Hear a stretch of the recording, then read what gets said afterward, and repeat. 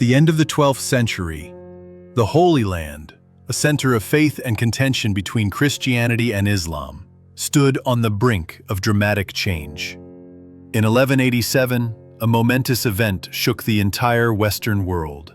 The Muslim army under the brilliant leadership of Saladin defeated the Crusader coalition at the Battle of Hattin and subsequently retook Jerusalem, the sacred heart of Christendom.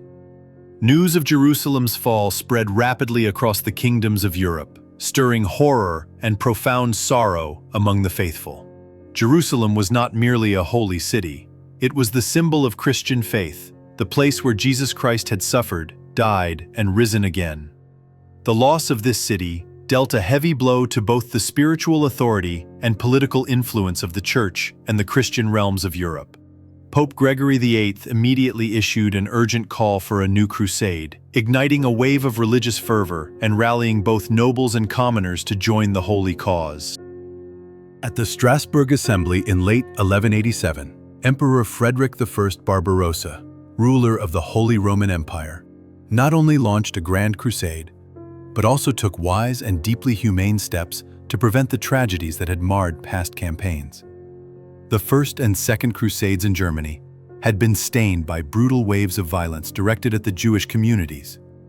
Frederick, a monarch both resolute and pragmatic, was determined not to allow such horrors to repeat themselves. Immediately following the assembly, he imposed a modest tax on the Jewish population to help fund the crusading expedition. However, at the same time, he placed them under imperial protection.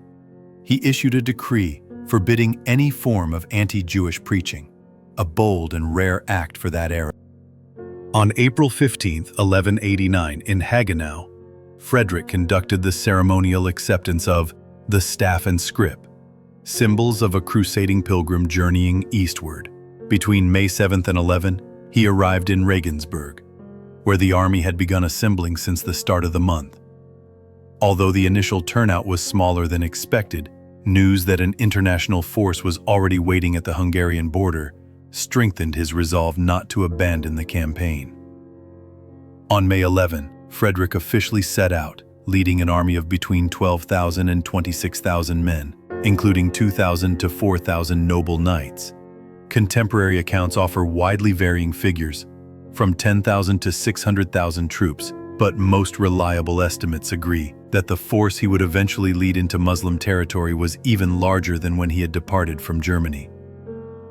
As they passed peacefully through Hungary, Frederick's army was reinforced by an additional 2,000 troops led by Prince Geza, the younger brother of King Bela III, and Bishop Ugrin Chak. Two other contingents from Burgundy and Lorraine joined the march as the Crusaders moved through Byzantine lands. After crossing Hungary with logistical support from local allies, Frederick Barbarossa's massive crusading force entered the territory of the Byzantine Empire. Although formal agreements had been made with Emperor Isaac II Angelos, deep-rooted suspicion between East and West, which had simmered since the Second Crusade, quickly flared into dangerous tension. At Philippopolis, modern-day Plovdiv, Bulgaria, the German army was forced to seize the city temporarily, suspecting the Byzantines of deliberately stalling their advance and creating obstacles. Eventually, after tense negotiations, the Crusaders were granted permission to proceed toward Constantinople. However, Frederick, mistrustful of Isaac's intentions, chose to avoid the Byzantine capital altogether, and instead led his forces through the interior of Anatolia, entering lands under the control of the Seljuk Turks. In the early spring of 1190, the Crusader army crossed the Bosphorus and entered Asia Minor, a desolate land of rugged mountains, barren valleys, and lurking enemies. The Seljuk Turks, led by Sultan Kili Arslan II, had previously promised to supply provisions and ensure safe passage for the Western forces. But that promise was quickly broken. For weeks, the German Crusaders were harassed incessantly by Turkish light cavalry, skilled mounted archers who struck quickly and retreated just as fast, leaving the Crusaders both hungry and exhausted. The journey through the Meander Valley, with its mountainous terrain, scarcity of clean water, and lack of food proved deadly. Thousands perished from disease and exhaustion. Yet under Frederick's iron discipline, the army held firm.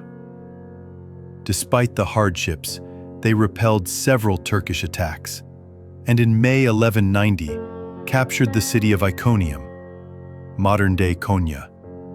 This victory was crucial. It secured the Crusaders' supply lines and stabilized their route toward the southeast, bringing them one step closer to the Holy Land. On June 10, 1190, as the Crusader army halted by the river Salef, Emperor Frederick, then over 65 years old, decided to personally cross the river to scout the terrain. As he attempted to wade through the cold, fast-flowing waters, he slipped and struck his head on a rock. Frederick Barbarossa, the legendary emperor of the Holy Roman Empire and the towering symbol of the German crusading effort, drowned in the river Salef, to the utter shock of his entire army. His death was a catastrophic blow. It was not just the loss of a skilled commander, but the collapse of the army's morale and unity. Panic spread among the soldiers. A large portion of the force chose to turn back. A smaller contingent continued toward the Holy Land, but their cohesion and effectiveness were severely diminished.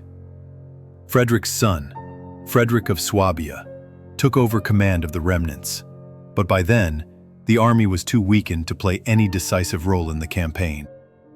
In June 1191, beneath the scorching sun of the Levantine coast, Richard I of England, known across Europe as the Lionheart, set foot on the soil of Palestine. Before him stood the city of Acre, a vital coastal stronghold held by Muslim forces. The city had been under siege by Crusader armies for nearly 2 years, yet it had not fallen. The Crusaders were exhausted, their spirits worn thin after months of disease, hunger, and relentless counterattacks by Ayyubid troops. But when the cross-bearing banner of England, adorned with the 3 golden lions, was raised before the gates of Acre, a fresh wind seemed to stir through the weary ranks. Richard brought with him a disciplined and formidable army. Thousands of archers, cavalrymen, and siege engineers, all hardened by their journey from Sicily across the treacherous Mediterranean. With his arrival, hope surged anew among the Crusaders, and Richard quickly emerged as the de facto leader of the entire campaign. With his exceptional organizational skill and iron will, Richard swiftly reorganized the siege lines around Acre. He ordered the construction of additional siege towers, coordinated more precise assaults, and unleashed a relentless barrage of missiles on the city's defenses. From the sea, he enforced a strict naval blockade, cutting off all supplies and reinforcements from reaching the garrison. Saladin, the brilliant sultan of Egypt and Syria, made every effort to relieve the city. His counterattacks were fierce and determined, but they were not enough to break the Crusaders' momentum, which had been reignited by Richard's leadership. Finally, on July 12, 1191, after withstanding nearly 2 years of siege, the city of Acre surrendered. This victory was a heavy blow to Muslim power in the region and a resounding affirmation of Richard's undeniable dominance in the Holy Land. However, triumph was soon followed by discord. Tensions between Richard and King Philip II, Augustus of France, erupted sharply after the fall of Acre. Philip, frustrated and envious of Richard's growing glory, grew disheartened with the campaign. Just days after Acre's surrender, he withdrew his forces and sailed back to France. From that moment on, the crusade had but one true leader, and that was Richard. Richard did not stop at Acre. Determined to reclaim Jerusalem, the sacred heart of the Holy Land, he knew that to succeed he must first secure the vital supply routes along the coast. With that goal in mind, he launched a major campaign southward from Acre, following the coastal road toward Jaffa. His army, comprising Englishmen, Normans, Poitevins, remnants of the Crusader forces from Germany and France, as well as knights from the Templar and Hospitaller orders, moved with discipline, tight logistics, and unwavering order. Every step of the march was calculated, every camp fortified. Saladin did not remain idle. Knowing he could not confront Richard in a direct siege or pitched battle, he chose a war of attrition. His agile light cavalry launched continuous raids, loosing arrows from a distance, harassing the rear guard, then vanishing into the landscape. Yet Richard, with his firm command and ranks of skilled archers, held his formation strong. He refused to be drawn into rashness, countering every skirmish with precision and calm resolve. On September 7th, 1191, as the Crusader army neared the fortress city of Arsuf, Saladin made his move. He launched a full-scale assault, determined to crush the Crusaders in a decisive engagement. The Battle of Arsuf erupted amid a landscape of desert and scattered woodland, where Saladin's forces sought to shatter the Crusaders' marching column with relentless hit-and-run tactics and concentrated charges. As the pressure mounted and the situation grew critical, Richard gave the order for a full counterattack. The Templars and Hospitallers, held in reserve, were unleashed. Richard himself led the charge at the head of the heavy cavalry, plunging straight into the heart of Saladin's central force. The Muslim lines, caught off guard by the sudden and ferocious assault, broke into confusion. What began as a fierce battle ended in a clear Crusader victory. More than just a tactical triumph, Arsuf was a personal testament to Richard's brilliance as a battlefield commander. In the eyes of friend and foe alike, he now stood as the most formidable Western general in the Holy Land. After the triumph at Arsuf, the Crusaders advanced to seize Jaffa, a vital coastal stronghold located just about 60 kilometers from Jerusalem. From this key base, they launched two major expeditions toward the Holy City, one at the end of 1191 and another in the early months of 1192. But on both occasions, as the army drew near the sacred walls of Jerusalem, Richard hesitated. The challenges were formidable. The terrain surrounding the city was rugged and inhospitable. The winter weather was harsh and unforgiving. The Crusaders' supply lines were stretched dangerously thin. Most critically, Richard feared that even if Jerusalem were taken, they would not be able to hold it for long against Saladin's inevitable counterattacks. Faced with these grim realities, he made the painful choice to retreat, twice, without laying siege to the very city that had inspired the crusade. After months of grueling stalemates and failed offensives, in the year 1192, Richard and Saladin reached an agreement, the Treaty of Jaffa. According to its terms, Jerusalem would remain under Muslim control, but Christian pilgrims would be allowed to visit the holy sites freely and without harassment. The coastal strip from Jaffa to Tyre would stay in Crusader hands, forming a protective corridor for pilgrims and merchants journeying to the Holy Land. It was not the triumphant victory Europe had hoped for. Jerusalem, the sacred prize, remained out of reach. Yet in practical terms, this was the best outcome Richard could have secured. On October 9th, 1192, he departed from the Holy Land, carrying with him both glory and disappointment. He had not taken Jerusalem, but he had preserved the Crusader presence and safeguarded the Christian foothold in the East.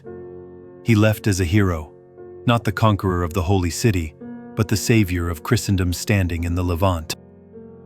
After signing the Treaty of Jaffa with Saladin in September 1192, Richard I of England, the very soul of the Third Crusade, made the fateful decision to withdraw his forces from the Holy Land. Though Jerusalem remained in Muslim hands, the coastal region from Jaffa to Tyre stayed under Crusader control, and Christian pilgrims were granted free and safe access to the holy sites. For Richard, this was the fullest extent of what could realistically be achieved. On October 9, 1192, he boarded a ship at Acre, determined to return to England.